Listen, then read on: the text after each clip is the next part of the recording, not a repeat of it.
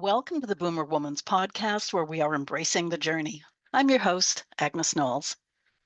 Sometimes the conversations that make us laugh the hardest are also the ones carrying the deepest truths. Today's guest is returning author Teri M. Brown. And while our starting point is her newest novel, Peg Unhinged, this conversation reaches far beyond menopause and midlife mood swings. We talk about grief, identity, resilience, widowhood, humor, reinvention, and what happens when life changes shape in ways we never would have chosen for ourselves. There's something powerful about talking honestly as women about the realities of this stage of life. The hot flashes, the rage, the exhaustion, the laughter, the loneliness, the courage, and the quiet determination to keep becoming anyway. Teri shares the story behind her novel, but she also shares pieces of herself. What writing meant after losing her husband, Bruce, why she briefly wondered if she was done creating altogether, and why she now believes more strongly than ever that women should never allow age to define possibility. This conversation is warm, funny, thoughtful, emotional, and deeply human. Listen now to my conversation with Teri M. Brown.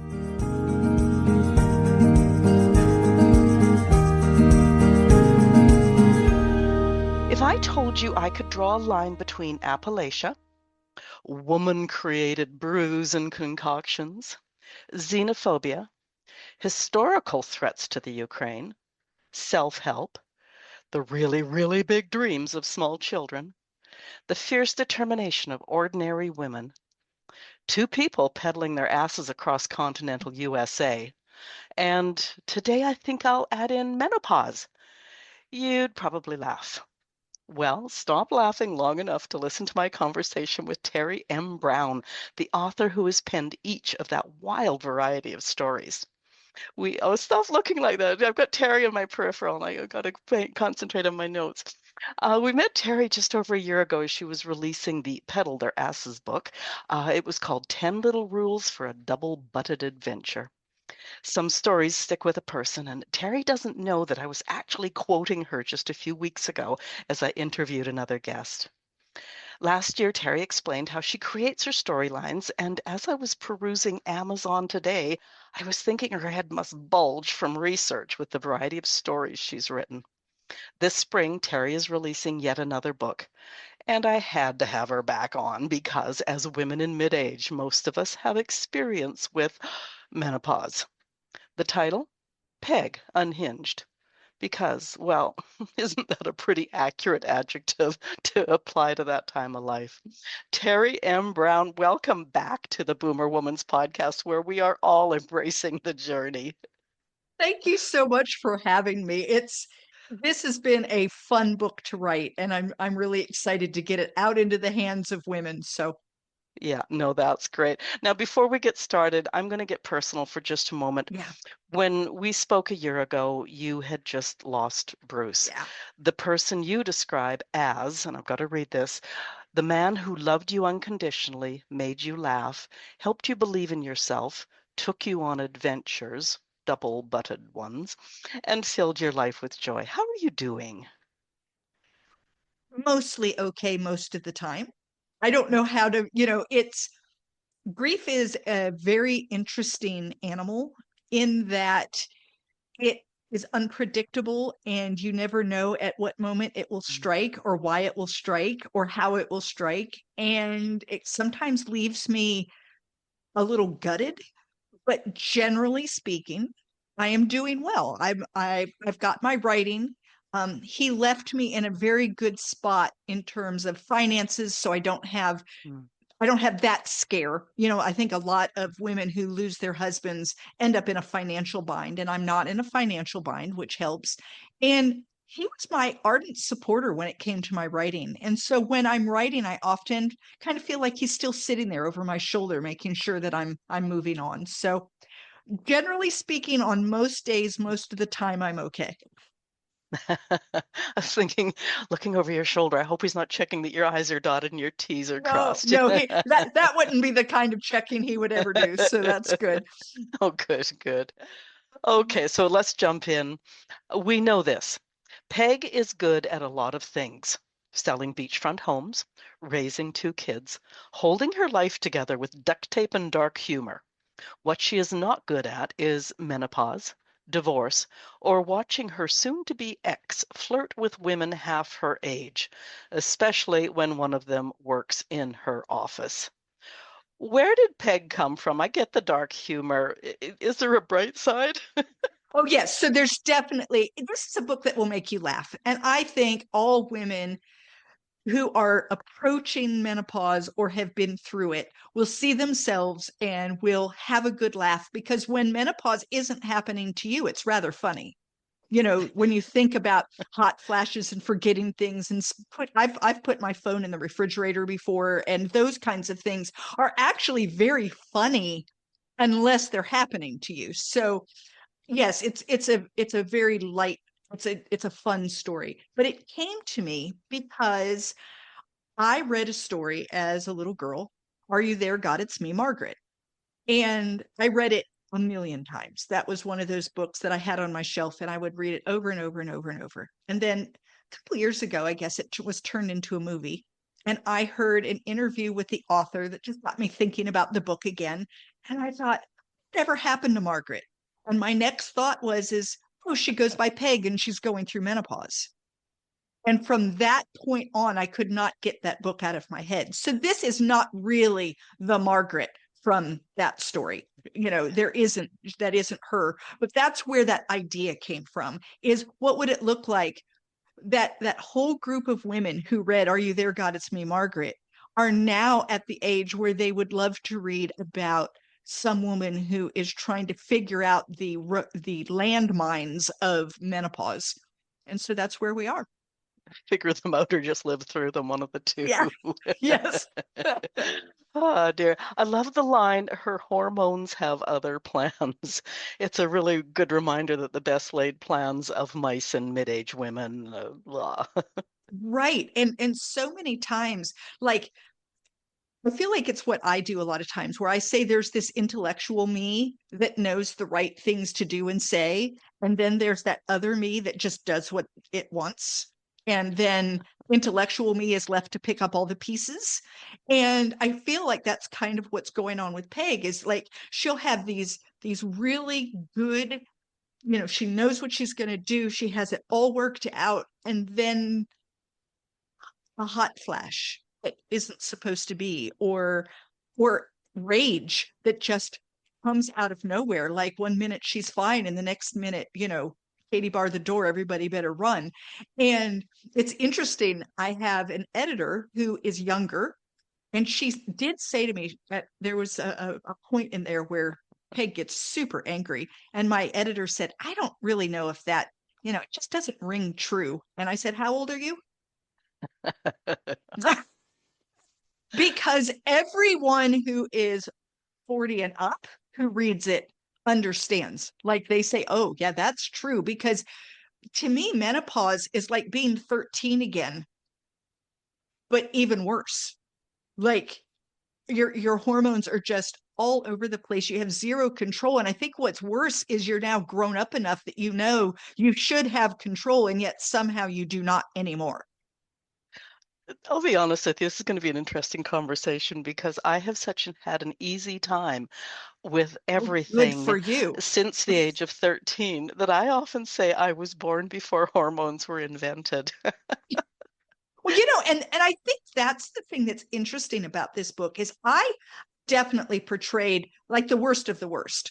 Not everybody has all Yeah. of that, but most people have some of that.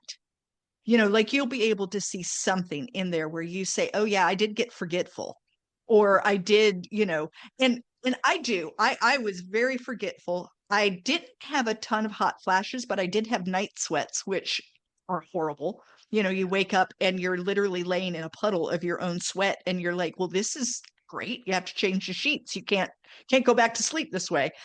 And yeah, anger that would come up. I had a lot of just like irrational anger at people who weren't doing anything terrible, but it hit me wrong. And I'm now furious at you. And it's like, where is all of that coming from?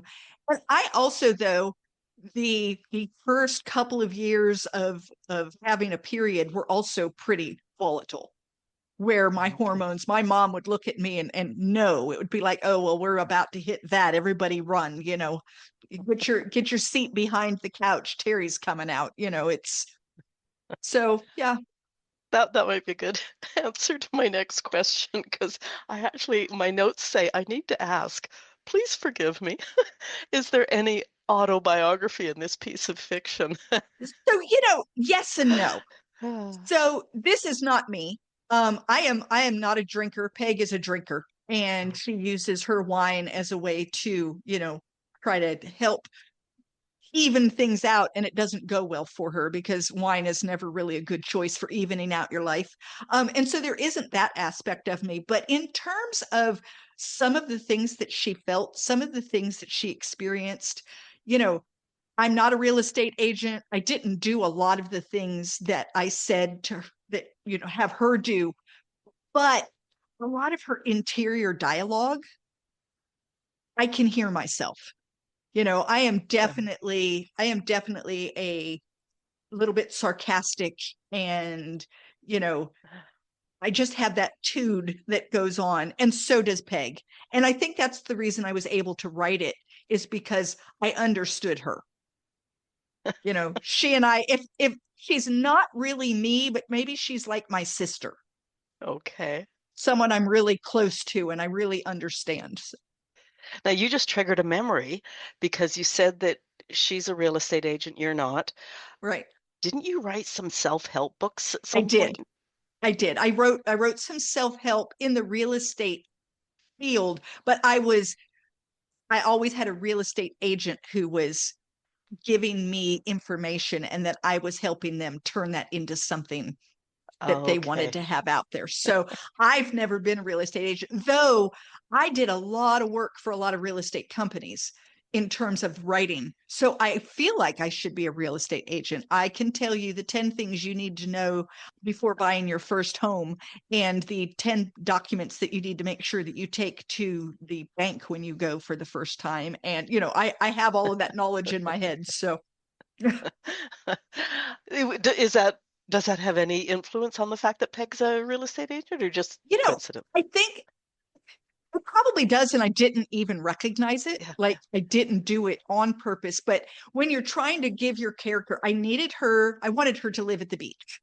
And part of the reason is I live at the beach, and people are always asking me, "Do you have a beach read? Do you have a beach read?" And I say, "Well, you can read all my books at the beach."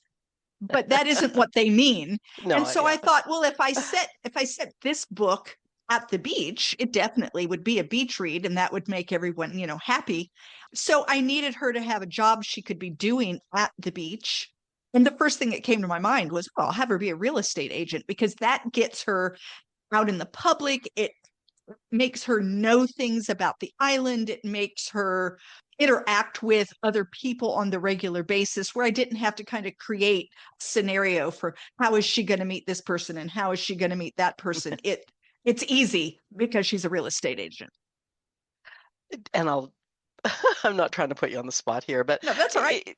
given the fact that I am well aware of the research you do for your books, and we're going to get into that in a minute, it must have made your life just a wee bit easier, though, in writing this, insofar as, okay, like if to figure out whether it's connections or what she's Yes. doing there, or whatever, it's just like, okay, you know at least the world if you don't know the Right. specifics, and you can Yes. tie it It, together. it, it was easy, and it was easy for me to say, I know exactly where to look to find the answer if I don't have the answer. Okay. So it was like, oh yeah, I would look up and hear, oh, there it is, that's what I needed to know. Oh good, that makes sense. And I wrote it in Sunset Beach, which is the beach that I walk on almost every morning. And so it was the setting was easy, really. And it's a good thing when you think about it. I started writing this book while my husband was ill, and I finished writing this book like 8 months after he died. I finally was able to write again, and I sat down and finished writing this book. And so it's really good that it wasn't a hard one in terms of the research and all of that, because I don't know that I would have had it in me. Yeah. Yeah. This was a Okay. nice one to say, I kind of know where the story's going, and let's just sit down and get this written. So, Yeah. Yeah, it makes a big difference, doesn't it? Yeah, And it as you does. started out when I was so nosy at the beginning, it's because grief hits you in so many different ways.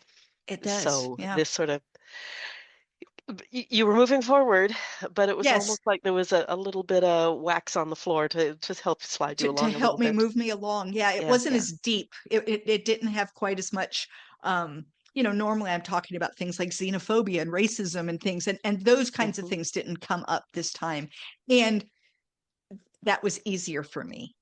I think just to not hard time. One of the hardest things though is that Peg is very funny. This is a funny book. People laugh throughout. And after Bruce died, I didn't feel funny. Mm. And I really wondered if I would ever be able to finish it.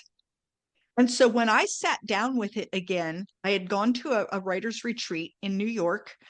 It was 3 weeks long, Wow. and I almost canceled going because I had not written a thing up to this point. And I thought, what if I get there and can't write? Like I would feel horrible that I was taking someone else's spot. There could be someone who could really use it. And my daughter convinced me to go. So I went. And when I got there, I immediately could write. I think leaving my home, I went far away. It was a 13-hour drive to get there, and I knew no one, and no one knew me, and I could just be. And I read over the 20,000 words that I had, and immediately knew what I needed to do next. And it was really really good to see that the humor part of me still existed, that yeah, it had been kind of quieted for a while, but that it still was there and that I could still tap into it and bring it into the book. So that Yeah. was a good feeling. I wonder too if, you were in the right environment as well. I mean, I know there was the distance, but also, like when you go to the library, you read. When you go to the bar, you drink red wine. Right. Oh, except for me. No. Next. Not you, Just right? me and Peg. Just me and Peg. Right, right. But yeah, so oh, good. I'm so glad that all Yeah. happened. And as you just said, this is the first one now, so you're back on the And the I'm the back wagon, out whatever it's again called. and I'm back doing it again. And I actually have two more residencies planned in 2026, and I have another story idea. So I'm hoping to sit down and at least knock the first draft out pretty quickly and see if I can't, maybe have another one out next year, to see Yeah, if I yeah, can't yeah. get back to the once a year that I was doing. I wondered if I'd be able to do it. I really thought maybe I actually at one point thought maybe I was done writing, that I wouldn't be able to write anymore. And now that I'm writing again, it's like, no, I'm writing. I'm still good. Everything's good. So Well, and I want to go to some of your other books, but yeah. also what a nice way to get back in the saddle with something lighter, because not Yes. all of your books are light. No, They are the no, they're exact not. opposite. Yes. Yeah. So, okay, let's start with something easy, self-help books. We touched on that. Were they all real estate or Um, they I'm were trying to all remember too. yeah, they were all real estate tangent. So one of them was like how to stage your home for real estate. One of them was about let's see, how to be a landlord was one Okay. of them. One of them was about using other people's money to purchase homes for investment purposes, Oh, and okay. how to Yeah. pay them, and it's a Yeah. lot of stuff like that. They weren't fun books. They were definitely, this would be, you would only pick this book up if you wanted to be a landlord and wanted to know about like the processes behind all of that. Right. So they were, I never felt like they were overly creative. They were just, they paid bills. Mm, I had people who said to me, I'll pay you this amount of money to write this book. And I that's said, handy. super, I will do that for you. Right. Yeah. And that's not the way it is when you're writing a novel or anything like that. You write it and then you just hope, you know. Yeah. Yeah. Now, children's books, there was one or two. I've got one out now. I have a granddaughter, and she asked me, Gigi, when are you going to write a book for me? Well, the answer is now. Now is when I'm going to do that. And so I did. I sat down. I had an idea for a children's book. When Bruce and I rode across the United States, there's a lot of time to think when you're on the back of a bicycle pedaling for hours every day. Yeah. And I came up actually with two different stories. So I asked her, of these two storylines, which one do you want? And she picked little Lola and her big dream. She's the one who named the train Lola. So Lola is a little train and she wants to be an astronaut train. And all of her friends tease her, tell her there's no such thing. So she goes and she tries to figure out what she does want to become. And she talks with other trains who have been other things. In the end, she decides to keep her dream. The best part about this book is I finished writing it, editing it. It's all ready. I have about half of the illustrations are done. And someone sends me an article, and the article is about NASA, who says that they are going to put a train on the moon to move supplies from the light side of the moon to the dark side of the moon because they want to put a space station, permanent space station on the moon. And so there's this article about a train on the moon. So in my author notes, I let the children know that when I started writing the book, there was no such thing as a space train. And now there is.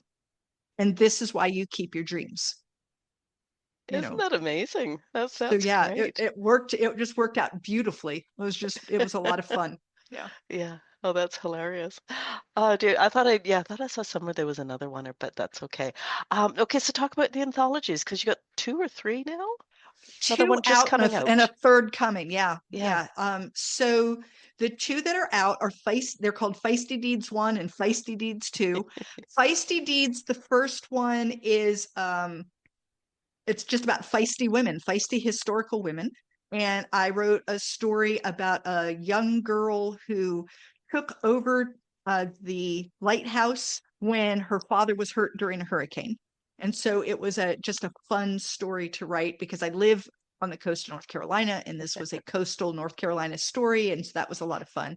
And then Feisty Deeds 2 is about batches and brews. So it's women throughout history who have baked, made a brew, made a batch, however that was. So with my Daughters of Green Mountain Gap, which is my story set in the Appalachian Mountains of North Carolina, Mhm. I'm dealing with healers.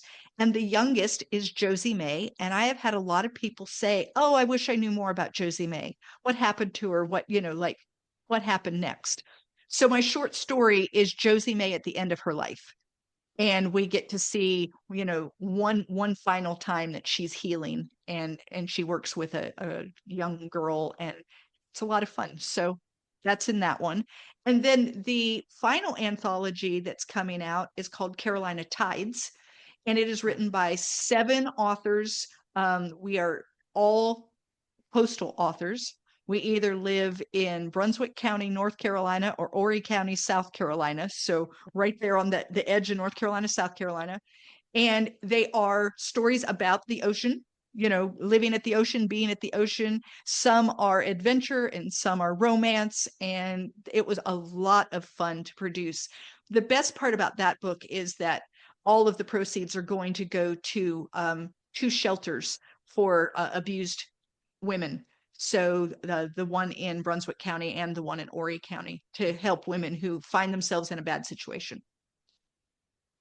So just in case we've got a listener who, everybody's always wanted to write the great American or Canadian novel, but they're thinking, well, a short story might be a great place to start.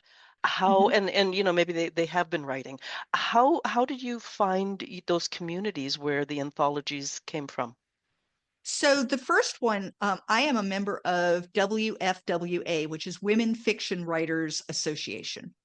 And Women Fiction Writers Association, a group of women said, hey, we want to do some historical fiction short stories. Do any of you want to try to put one in? And I said, hey, sure, I'd love that. So that's where that came from. This other one, is a group of writer friends. And one of them said, I know a group of people who've done an anthology. And I thought, yeah, me too, but ours are very short stories, and there were 25 of us. And that to me is overwhelming. I can't imagine trying to be the editor with 25 women. Like, I can't imagine it. And she said, no, I was thinking of keeping it shorter. So the subtitle to Carolina Tides is A Story a Day for a Week-Long Stay. So I if you remember seeing come it. to the beach for a week, there's a story per day for your week's stay, right? And that was kind of the idea behind it. So the stories are longer, they're about 10,000 words each.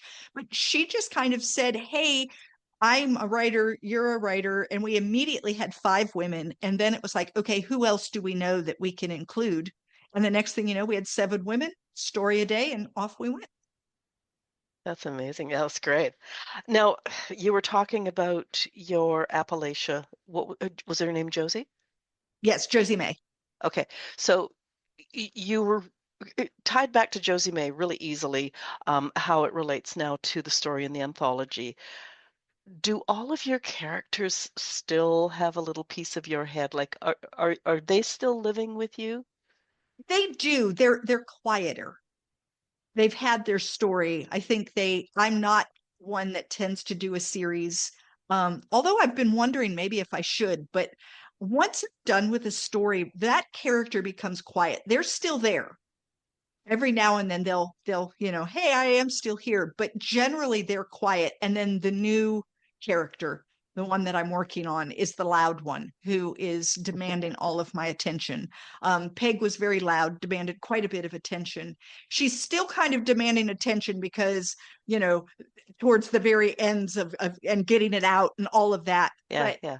before long, Peg will become quiet, and then the next character, who doesn't yet have a name but does have a little story sort of line that's starting to perk in my mind. So soon I'll have a character with a name, and then that character will live in my head. So Okay.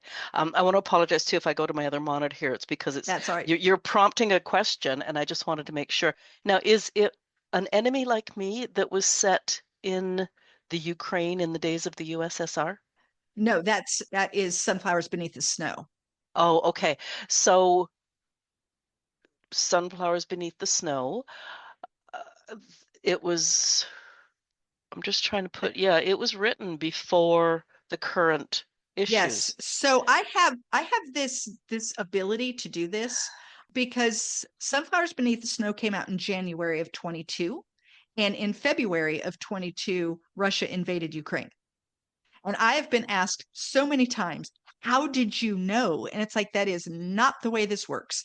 Like, I had this story idea, I wrote it, and then this happened. I had the story idea about a train on, being an astronaut train, and then it happened. Um, Even Daughters of Green Mountain Gap, which is the one about the healers, I started writing, and then my husband was diagnosed with glioblastoma.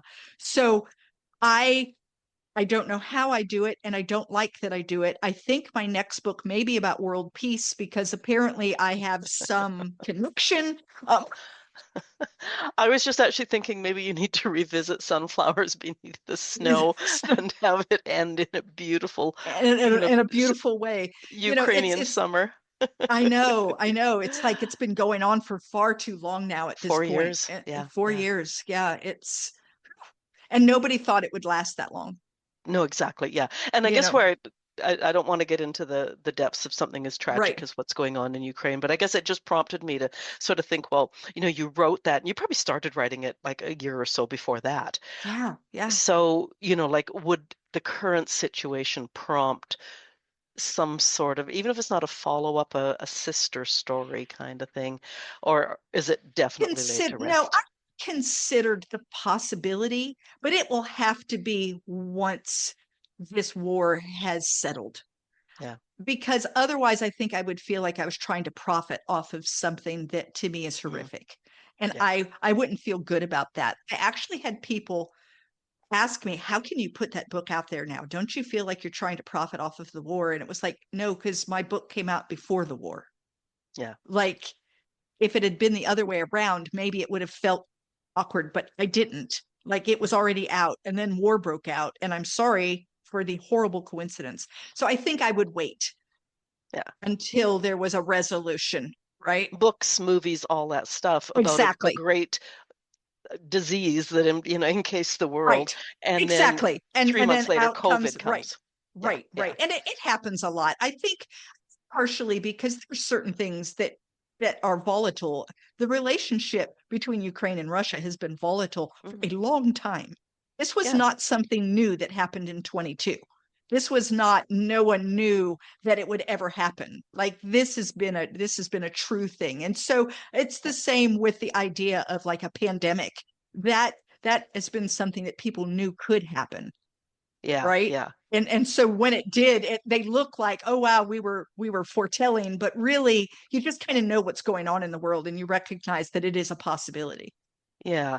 And I was just looking here because I thought I saw somewhere too that you actually talked about the USSR, which, like in terms of Yeah. the Ukraine, which obviously was like a lot of years ago, Yes, you know. yes. So the book started in the 1970s when Ukraine was still part of the USSR. Yeah, And yeah. then it broke free. And then what's crazy is that what I really am talking about a lot is the 2014 invasion that Russia did, that Mm, most people are unaware of, or when I tell them, they're like, oh, that did happen, didn't it? And then so my book kind of like ends in the 2014 and then it goes out in 22, and lo and behold, it happens again. And when you look at the history between those two countries, this has been going on for generations. yeah, This, no, for sure. Yeah, where is the border? Who belongs to who? Who has the rights to this? Who has the rights to that? You know, yeah, and it's just it's ongoing, and I'm not convinced that this war will end it either. I yeah, mean, it'll end it for a time, and yeah, then I suspect that the same problems are going to come up. It's you see this in a lot of countries where over and over and over again there are these border disputes, and they happen a lot. And it's yeah. Well, it'd be really easy to slide into politics and yes, the world situation at the moment. We right. won't do that. Okay, No, let's no, let's talk about now. Was it okay? Let me go back then to the one. an There's an enemy like enemy, me. me, and then Yeah, Daughters of Green Mountain Green Gap. Mountain Camp. Right. Those are like probably all three of them, but I remember you talking about the research that you did. Yeah, yeah. And, like suddenly you'd read something, you go, there's the connection. Yes, and that is so that I love that feeling. I love it when I'm doing some research. I have this idea. They're usually vague ideas, but I kind of think, "Oh, I would love for the story to like edge this way." And then I read something and it's that's how I'm going to make that happen. Look at that. That's how I'm going to make it happen. So, like in An Enemy Like Me, one of the things that I found that I did not know about prior to is I knew that we had encampments for Japanese Mm, people during World War II. yeah. And people were put in them in for no reason other than the fact that they were Japanese Or of Japanese heritage. or yeah, or somehow resembled Japanese. There were people who were Chinese and Korean who were also put in because Americans couldn't tell the difference. Yeah. And it was fear. Well, what I found out was there were also the same kind of camps for people of German descent. Mm, They weren't as broadly used. You tended to have done something where they felt like you had too many connections back to your motherland, kind of thing. yeah. But there were these camps, and that is what helped me propel my story to give a reason for why a man with a 4-year-old child who was of German descent would consider going to war for the United States when he didn't have to. Okay. And so I used that as he was trying to prove that he was American, right? That Yeah. you didn't have to bother me or my family because I'm American through and through. And so when you find those pieces of information and then it's like, oh, I can use that. And then what else I really love is I love learning things. So when I find those pieces of information, it's like, woohoo, I just had a little history lesson about something that I didn't know existed. Yeah. And it's funny too how, once again, and you're so true to life with your fiction because, now it's people of color, Right, it's, right. Latino people, it's, the list goes on. And as I say, I'm not going to slide into that political place, But but the point is, and someone once said to me, like when they were reading Daughters of Green Mountain Gap, someone said, "This story feels like it could have happened today." And I said, exactly. When we're reading historical fiction, you will note that the issues that people are facing are very similar. Why is that? We've progressed a lot in terms of how we can communicate, how we can travel, even how we can cook our food. All of those things have really, really progressed. But in terms of emotional growth, in terms of just people still hate. That has not changed. People still envy. That has not changed. People still love. That has not changed. People still have difficult family relationships. That has not changed. People still fear. All of those things, we're still so human that despite all these huge advances that we've made, we've really not come very far. Right. And so what you see happening 50 years ago, you'd think that we'd grown out of it. But what we did is we just tweaked it a little. And now instead of looking towards this group, we look toward that group. And we're doing the same things over and over and over. Well, I was just going to say, we don't seem to learn from history. No, So, and I think it has a lot to do with just human nature. yeah, There's just certain things that we fear. We fear things we don't understand. And when you fear something, you shun it. You do everything you can not to have it near you. And what does that look like? And it looks like internment camps for Japanese, and it looks like anything you'd like to look at in today's world. I mean, that's what it looks yeah, like. And yes, it changes slightly in how we do it or exactly what it looks like, but it isn't really changing, yeah, no, for sure. you Yeah, know? yeah. Yeah. So, Appalachia, Yeah. US, Yeah. the Ukraine, Yeah. uh, pretty different locations. Like you might find somebody who, concentrates on settings in World War II or something like that. Right.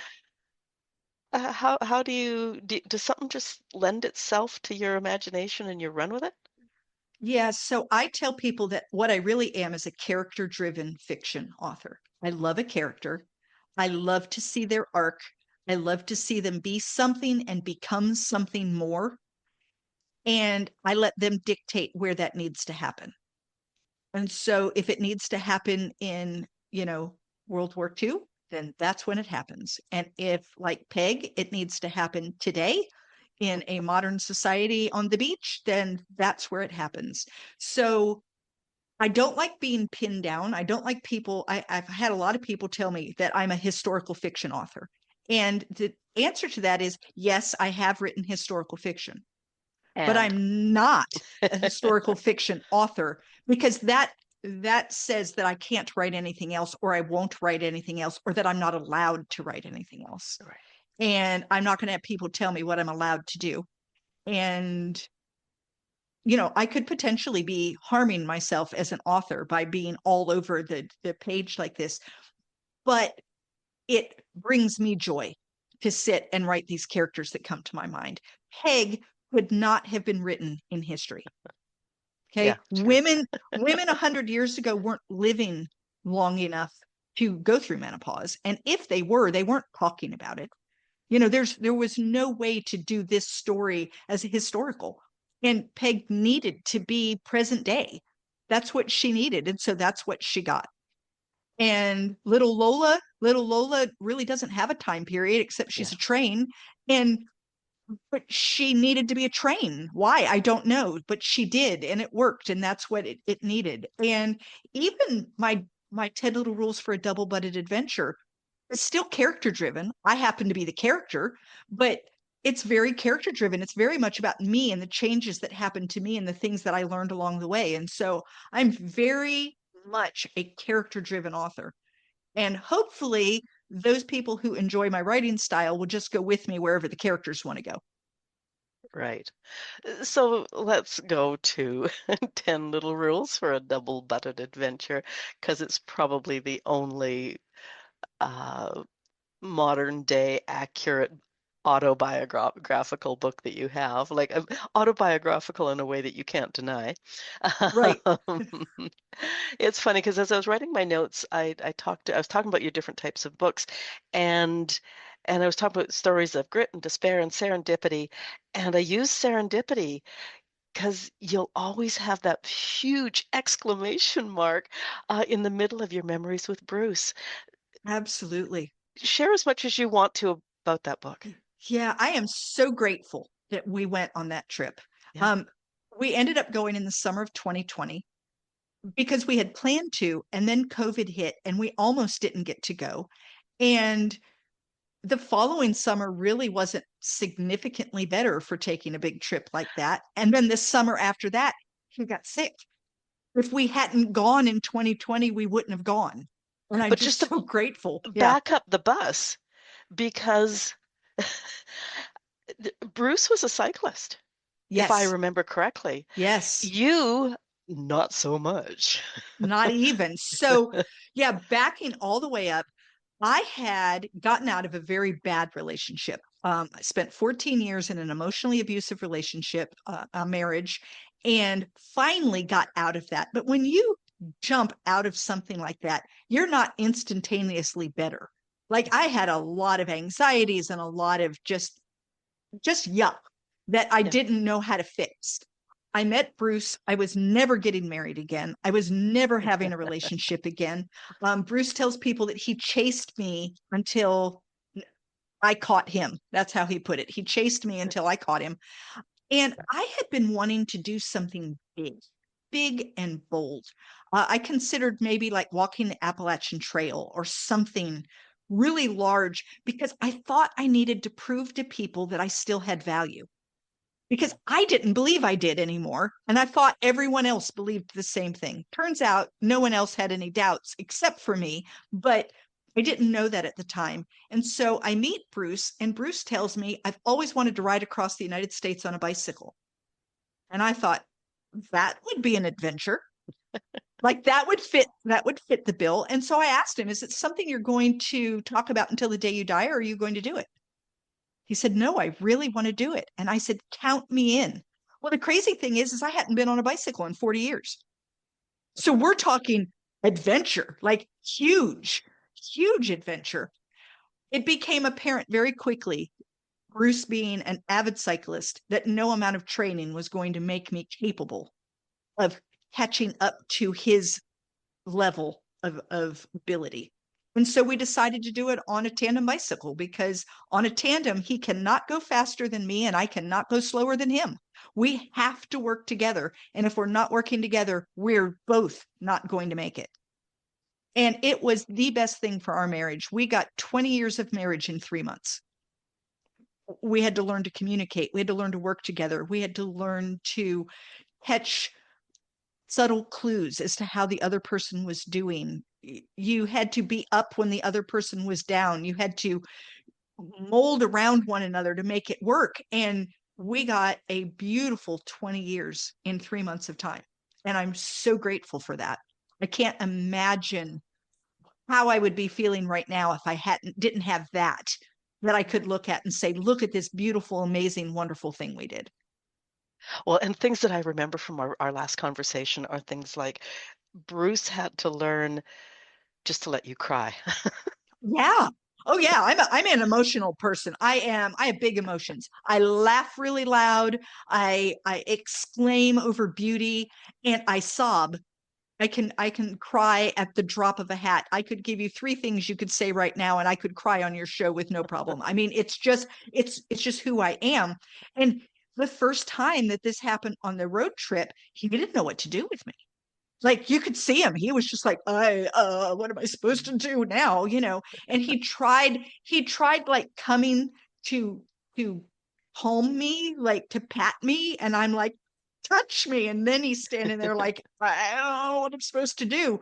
And Yeah. then when I was done crying and I said, okay, let's get on the bike, we got to go, he was like, whoa, feel like I'm getting whiplash. One minute you're sobbing, the next minute you're on the bicycle. And I looked at him and I said, well, we can't stay here.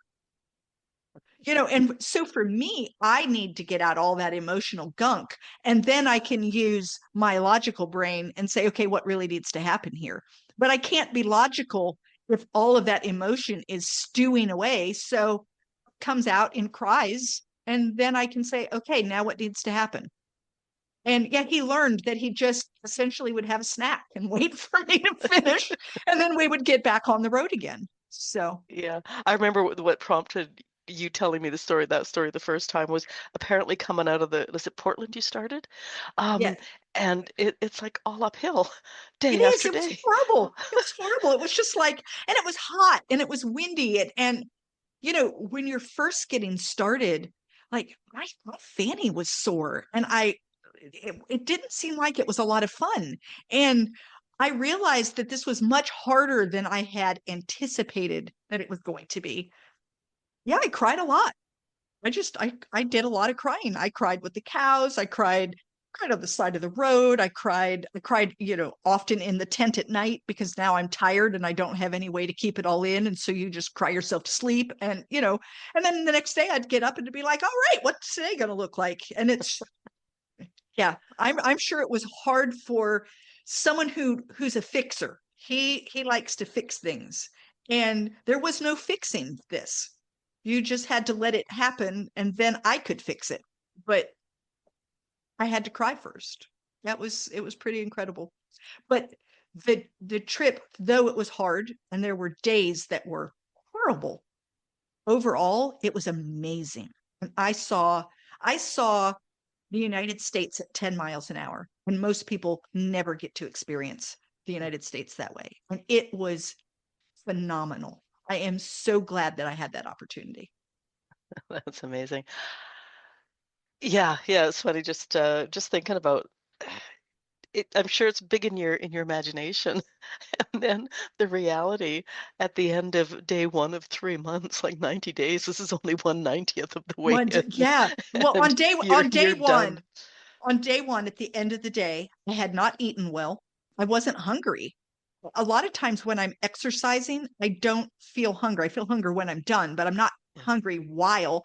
And I did not eat correctly. And you have to consistently eat throughout the day because you're using energy Oh throughout yeah, the yeah. day, right? So you have to keep feeding the machine. And I didn't do it. And we got to the end of that day and we had a motel because we were in Oregon and Oregon had no campgrounds open at this time because of COVID. So we had no choice. So we were in a motel. It was probably a motel without the M and a flashing T. It was, you know, not a good place. But Bruce ordered pizza and I was laying in bed. I had taken a shower and I was laying in bed. I didn't even dry off. I was so tired. I couldn't dry off. And I crawled into the bed and he brought the pizza over and I was laying there in bed eating pizza sideways. Just, I mean, it was, and I thought, oh my gosh, I'm never going to make it out of Oregon, let alone across the United States.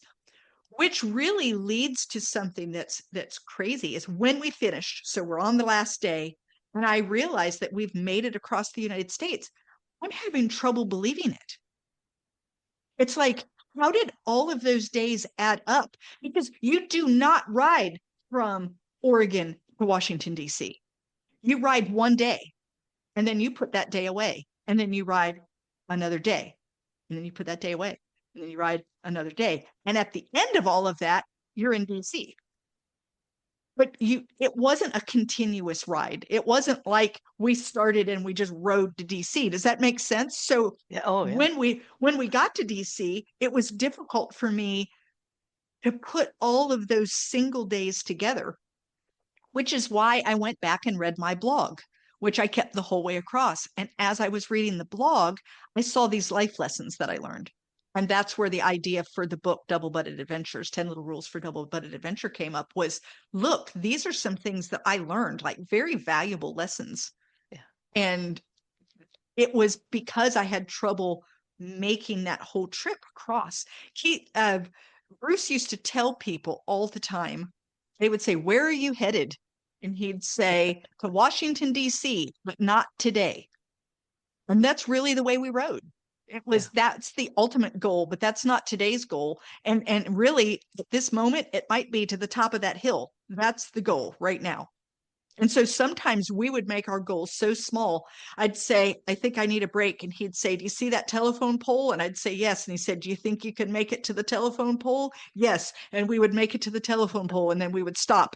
And sometimes that was the goal, right? It's just get to the telephone pole, get to the top of this hill, You know, and the life get to that lesson shade there, tree or whatever.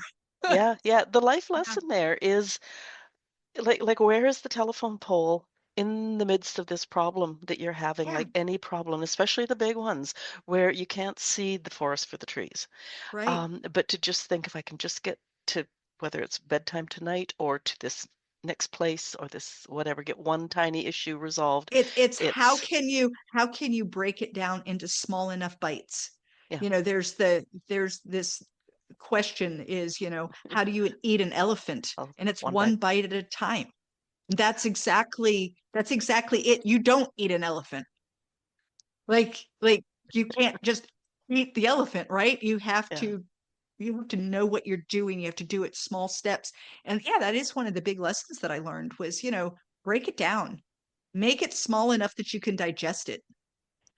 Give yourself a pat on the back for getting to that next telephone pole. yeah, yeah. Yeah. When I mentioned quoting you, I believe I was quoting you, quoting your friend, because it was never quit on a bad day. Yeah. Yeah. And That has been a big one for me. Never quit on a bad day. And the other one is do hard things. And both of those have gotten me through this last year. Because sometimes you do want to quit. There are days where it's just like, I can't do this anymore. And I don't mean quit forever. I've never felt that bad, but just like, I'm just going to go crawl in bed and pull the covers over my head. I'm just not doing this anymore. And it's like, nope, this is a bad day. We don't stop life on a bad day. We're going to keep doing it. And yeah, then the other one is, you can do hard things, which I say to myself almost every morning when I think I don't want to do today. And it's like, come on, you can do hard things. And I get out of bed and I go do hard things. So, yeah.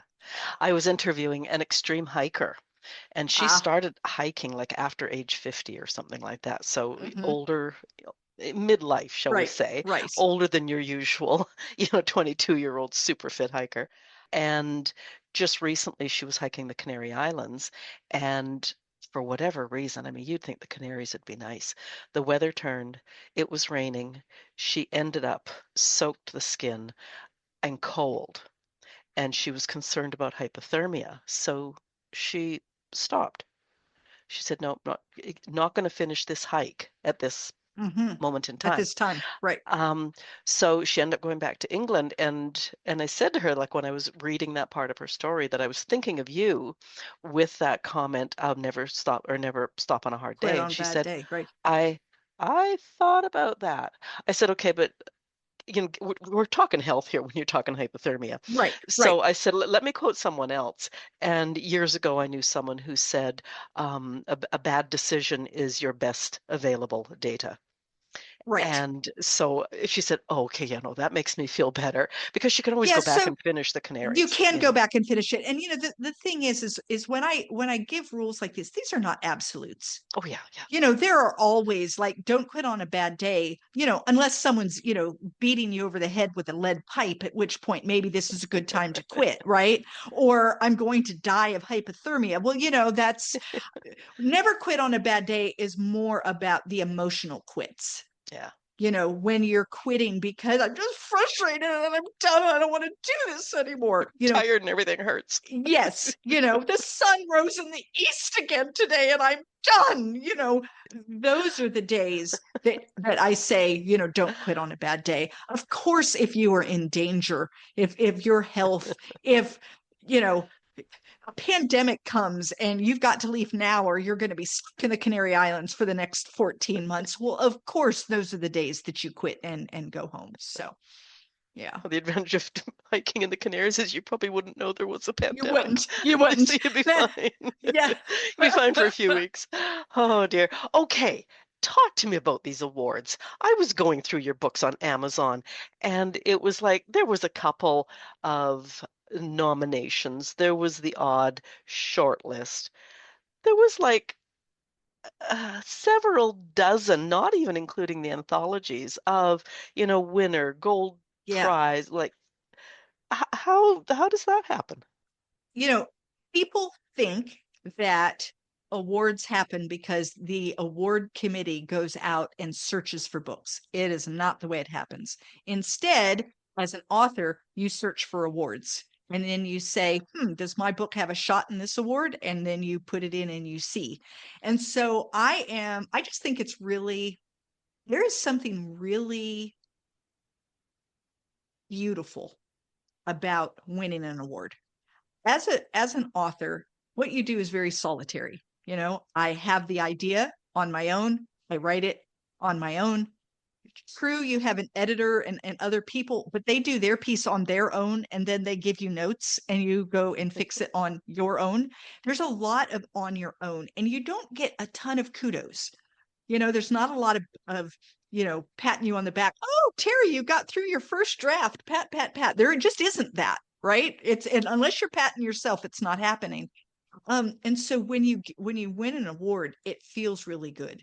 And so I'm just a big believer in put your book out there, see what, get it into the hands. And then when I do win an award, oh my gosh, it just makes me feel so amazing. It's like someone else is agreeing with me that this was worth the effort that I put into it. Because financially, authors, unless you are a big, big name like Stephen King, authors are not breaking bank. We're hardly making ends meet. And so you're not getting the big kudos in the ways that other people often get them in something they do that they love to do. And yes, so the awards are really great. I won an award, found out about it in October, that is really changing things for me. It's a North Carolina award, and I'm a North Carolina author, and it is the North Carolina Humanities. They pick 5 books from North Carolina authors, and they picked Daughters of Green Mountain Gap as one of their books. And it is being I'm going to be in an online book club. And now, because North Carolina Humanities picked my book, I have libraries across the state who are asking me to come speak. I've gotten my first keynote speaking event at a literary event. None of these things were happening for me before. And it took having an award that mattered to someone to say, oh, maybe she is an author, instead of pat, pat, pat, isn't that sweet? You have a little book. And all my awards weren't, they helped a lot. It's not that they didn't help, but they weren't getting me in the places that I wanted to be in. And then this one award was the one. And what I love the most about this one award is it is the only award that I did not place myself in, because an author cannot place theirself in it. A librarian is who suggested the book. How much did you pay her? I didn't. I'm just joking. No, but you know what's crazy is I didn't even know I was in the running. I didn't even know about it until toward the very end. And it was like, oh my gosh, you mean I'm in the running for this thing? Like I didn't even know. And so that one means even more to me, because it wasn't one that I sought out, but that they actually found me. And that's a rare thing. So that's amazing. And I guess, but if I could have paid her, I would have. Don't say that. She might hear this and go, okay, after the fact. Okay. I'll go back and collect. Ah, dear. And I was just going to say, first of all, I guess the question is, do you have now a list of awards that you go, oh yeah, I can apply for that one, or that one, or that one, submit for that one? Yeah, I definitely have a list, and I think about my book, and I think about the categories that they do books in, and does this really fit? And they all charge money, so it isn't free to enter. Right, okay. Let's like the podcast awards. Yes, and so you have to kind of look and say, do I, how much money do I want to invest into this? Yeah. And now that I'm on, novel number 4, I've got other books out besides the novels. I think I'm getting a little pickier. It's kind of like, I can do all of them again, but maybe I only really want, like, this one I would really love to win this one. you Yeah. know, Yeah. or I like to go back and ones that I didn't win, try again with a different book. And it's like, Okay. maybe now, maybe I've gotten better, because that's something else, is that with each novel, I want to see improvement in myself. I want to know that novel number 3 is better than novel number 2 in terms of my writing style. I don't ever want to say I've reached the pinnacle and I'm never going to get better from here. Like, I want each book to be the best one. This is now my best book. Yeah. So, Yeah. And I guess too, the other side of applying for all these is in terms of the committee who will look at the books who all get nominated. right? Um, you just named a librarian. Like if there's a librarian who reads that, even if you don't win, if that librarian has read it and said, holy moly, I'm Oh, going to recommend this to my whatever professional yes, yes. association they belong to, then, once again, you may not win that award, but you've won something over here that, yeah, Exactly. And other things, like I do a lot of in-person events. And I even do, because I live at the beach, we have a lot of these craft fairs, lots of them. okay. They Yeah. happen weekly. And I get involved, and I'll go and I'll sit at these craft fairs. And I was at a craft fair one time, and it was relatively a bust. It was too early in the season, not too many people coming through. I think I only sold maybe 4 books in 4 hours. It was really not worth sitting out there all day. However, one of the books that I sold was to a woman who is in a book club with 32 people. Oh, And perfect. she liked the book Yeah. enough that she said, "Hey, why don't we read this?" And then I sold more books a few weeks later. So I always try to look at anything I do through a long lens. You can't say this one thing was no good, because it turned out that, yes, I only met 4 people that day, but one of them turned into someone who had me with a book club of 32. And one of those people in that book club of 32 actually belongs to another book club. And Yes, she thought, this is going to make my life easy if I can have both my book clubs read the same book. exactly. And So, and what was really crazy is that this woman had this book club, and some of the people were people that she knew in a town in Pennsylvania, and they they flew to have this big book club. Usually they did it online, but this time they flew, and I was there. And wasn't this fun, right? And the person from Pennsylvania is in a book club, and I went and did a like a Zoom book club with in Pennsylvania. And oh, so, wow. and that's all from an event that anyone else could have looked at and said, not worth your time. Yeah, So that's amazing. you have to have kind of a long game attitude Yeah, yeah. of, so whenever I go somewhere, like I was to an event not too long ago, and very few people showed up. The people that showed up were great. We had a wonderful conversation, and I had a librarian say, "I'm sorry, I wish we had had more people." And it was like, don't ever be sorry.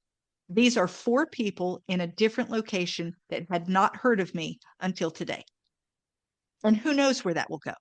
Yeah, yeah. And it's So the same yeah, with podcasting, like podcasting, it's it's right. better to have like 100 attentive listeners than 1,000 Right, people who just happen to have you on the phone but never listen. right, right. And so You know? you never really know what's going to happen next. Yeah, And I think that the big thing is showing up. I show up. I yeah. show up on social media. I show up on my podcast. I show up on other people's podcasts. I show up to in-person events. If there is something that I can be doing, I try to make sure that I am doing it. And then that way, when the break happens, I'm ready, Yeah. because I've been showing up the whole time, and you just never really know which of those show ups is going to be the one, Yeah, yeah.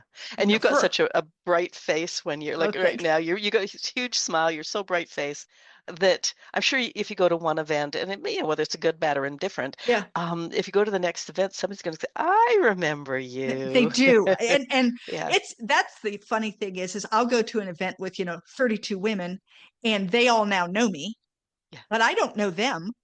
That was 32 people I met all in one room, and we were talking about the book. And then I might be at post office, and some lady will go, remember you were at, and they'll name the event, and they'll say, do you remember me? And it's like, remember that event, because Yeah, I do remember I the event. remember your face, but just don't ask me to tell you Yeah. your name. It's really but that is there's just something really fun about that to Yeah. um yeah, I love what I do. I love being an author. I love writing. I love talking about books. I love talking to other authors. I love talking about books that I wrote and other people wrote. All of that's fun for me. And so if I get to do any of that during a day, then it's a good day. And we just move on from there. And I don't try to count numbers to justify it. I'm once again back on your website. Don't you have like Yeah.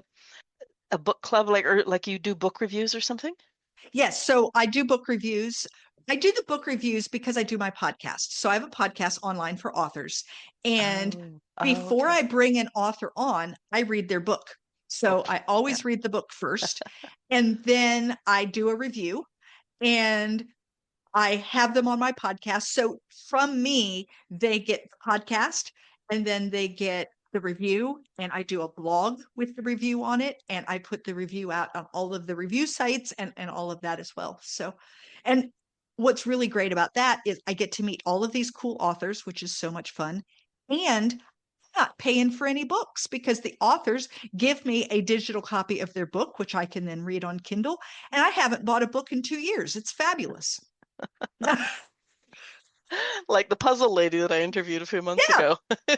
I mean, it's just Ah, it's just another aspect of finding that writer community, and I love the writer community. They're giving wonderful people.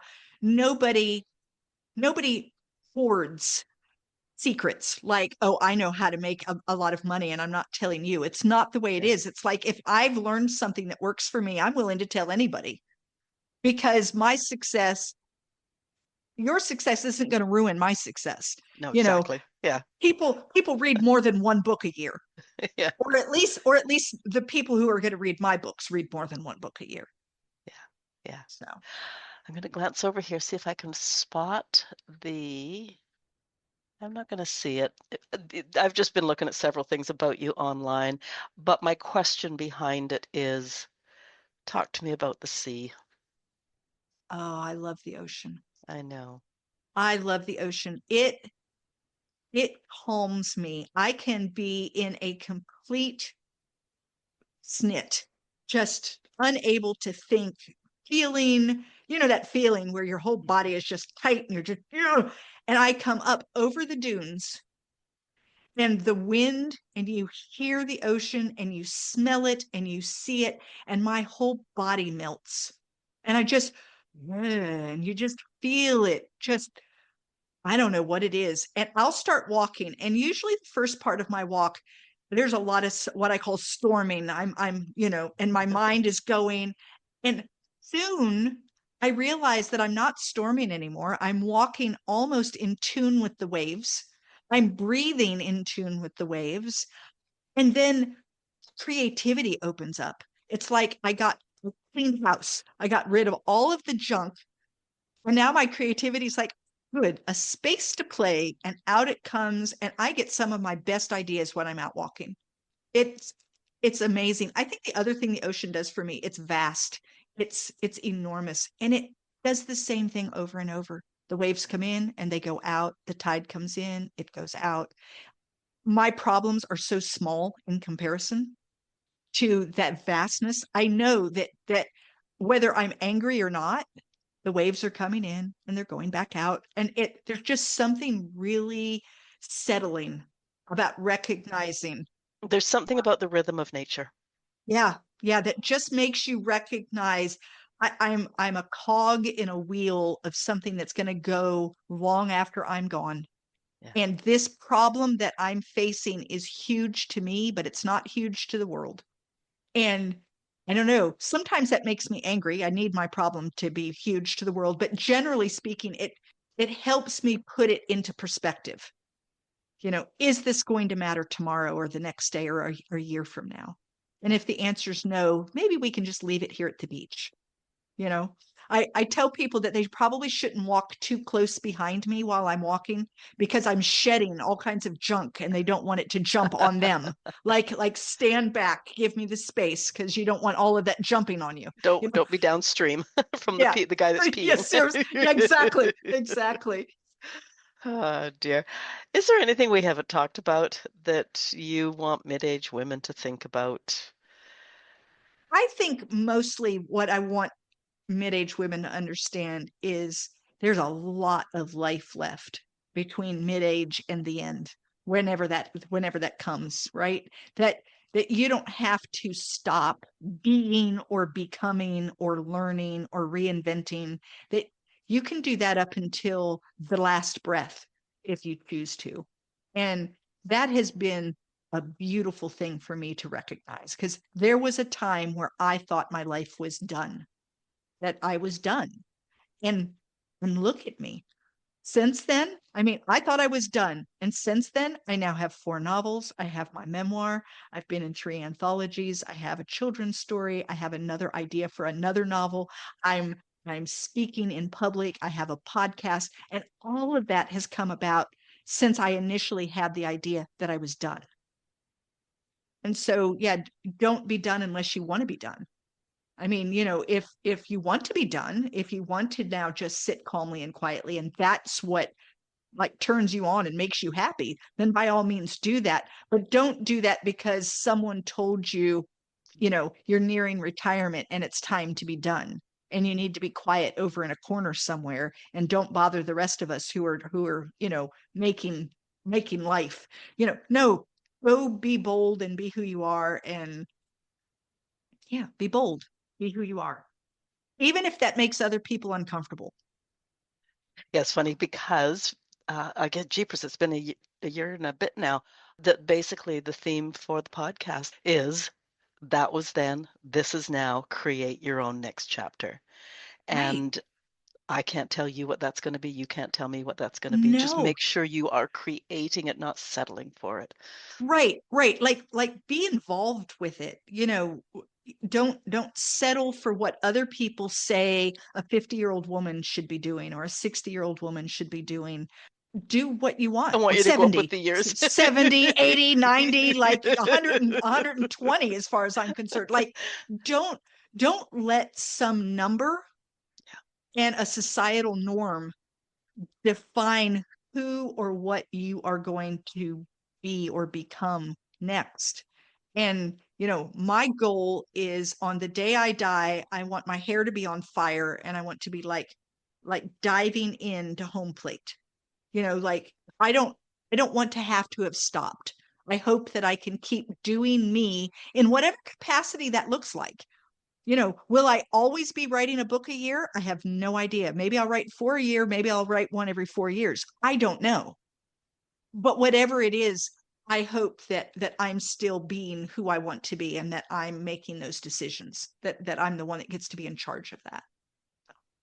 I have a meme that actually, and you've probably seen it because it's everywhere, that says sort of don't arrive, I don't know, like quietly at death. Yes. I want to be sliding into the grave with chocolate in one hand, wine in the other, screaming, Yes. "Yoo-hoo, what a ride." You right. Yes. And that's very Yeah. much, it's very much the attitude that I have now is, you know, it's not that you can't do quiet things if quiet things are what make you happy. Like by all means, Yeah. do the things that are making you happy, but do it with gusto. Yeah. Like make sure that these quiet, happy things that it's really making you happy, Yeah. not just quietly satisfied in a corner. I don't want to be quietly satisfied in a corner. I want to be as happy as I am sad. I want to be as joyous as I am grieving. I want all of the, I want all of it. Yeah. And I don't want to be quiet in a corner. So I'm I not don't going to want be. much. I just want more. Yes. Okay, back to Peg. Is there Yes. anything after Peg yet? So I do have an idea. It is a historical fiction, but it's going to be a dual timeline, and there may be a bit of a mystery involved. And it's still very much perking in my mind. And so I can't really say a whole lot about it, but there is something, it's called a quipu, Q-U-I-P-U. It's something that ancient native tribes used, and they thought for a long time it's these knots that they would put in these strings, and they thought that it was for keeping things like how many sacks of grain we have and how many animals. And not too long ago, they recognized that some of them actually told stories, that they were a way of keeping history. And I have this idea of a woman who's an anthropologist. She's adopted. She gets into anthropology to learn more about her history, and she becomes enthralled with this quipu that has a story that no one can figure out. And I almost want the story to her to realize that it's like a relative, like, you know, several generations back grandmother who has left her a message. I don't know, but that's kind of the general gist of what's going on in my head. We'll see what happens with that.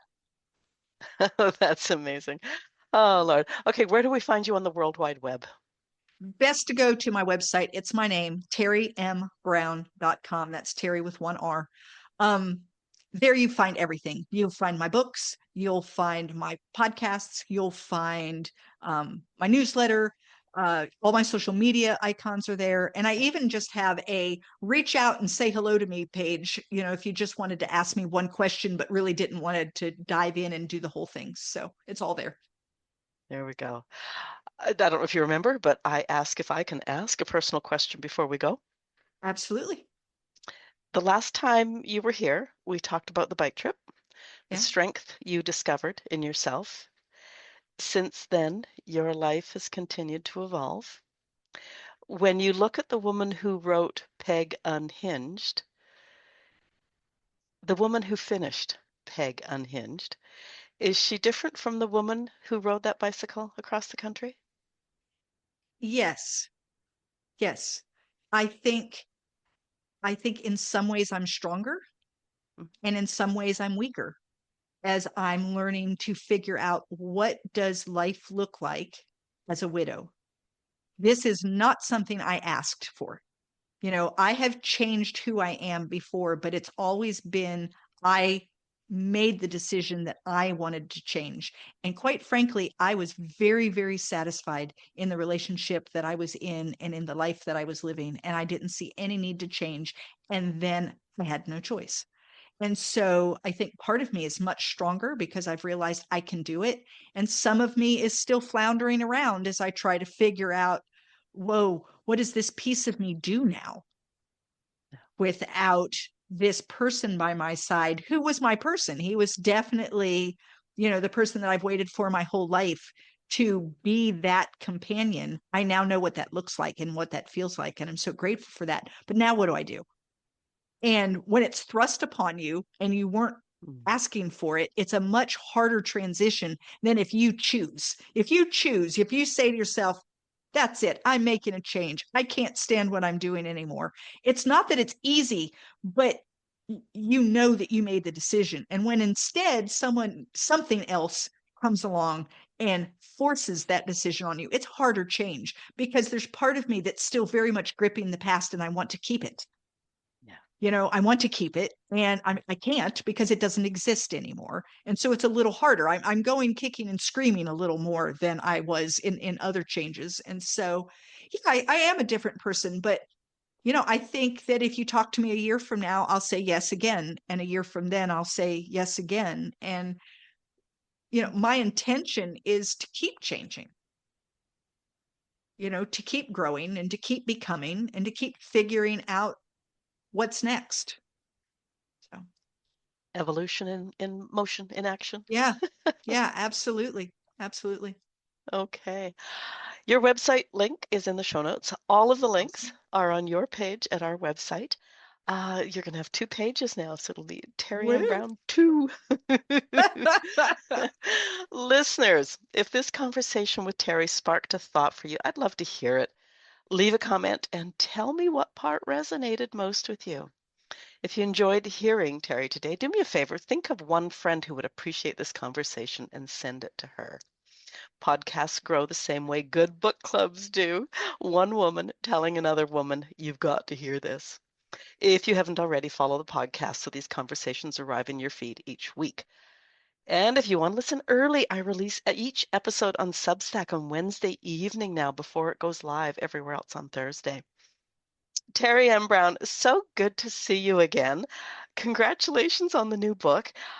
And yeah, as we started out, I am sure so many women are going to identify with Peg. I think so too. I think so too. And I want to thank you for allowing me to come on again. I so enjoy talking with you. Yeah, no, as when I saw your email, it was, and then when I read, it was like, well, of course you're coming on. That's great. And just another aside to the listeners is there will be a link to last year's conversation with Teri in the show notes as well. So that's great. Thank you. Thank you. Have a great rest of the week.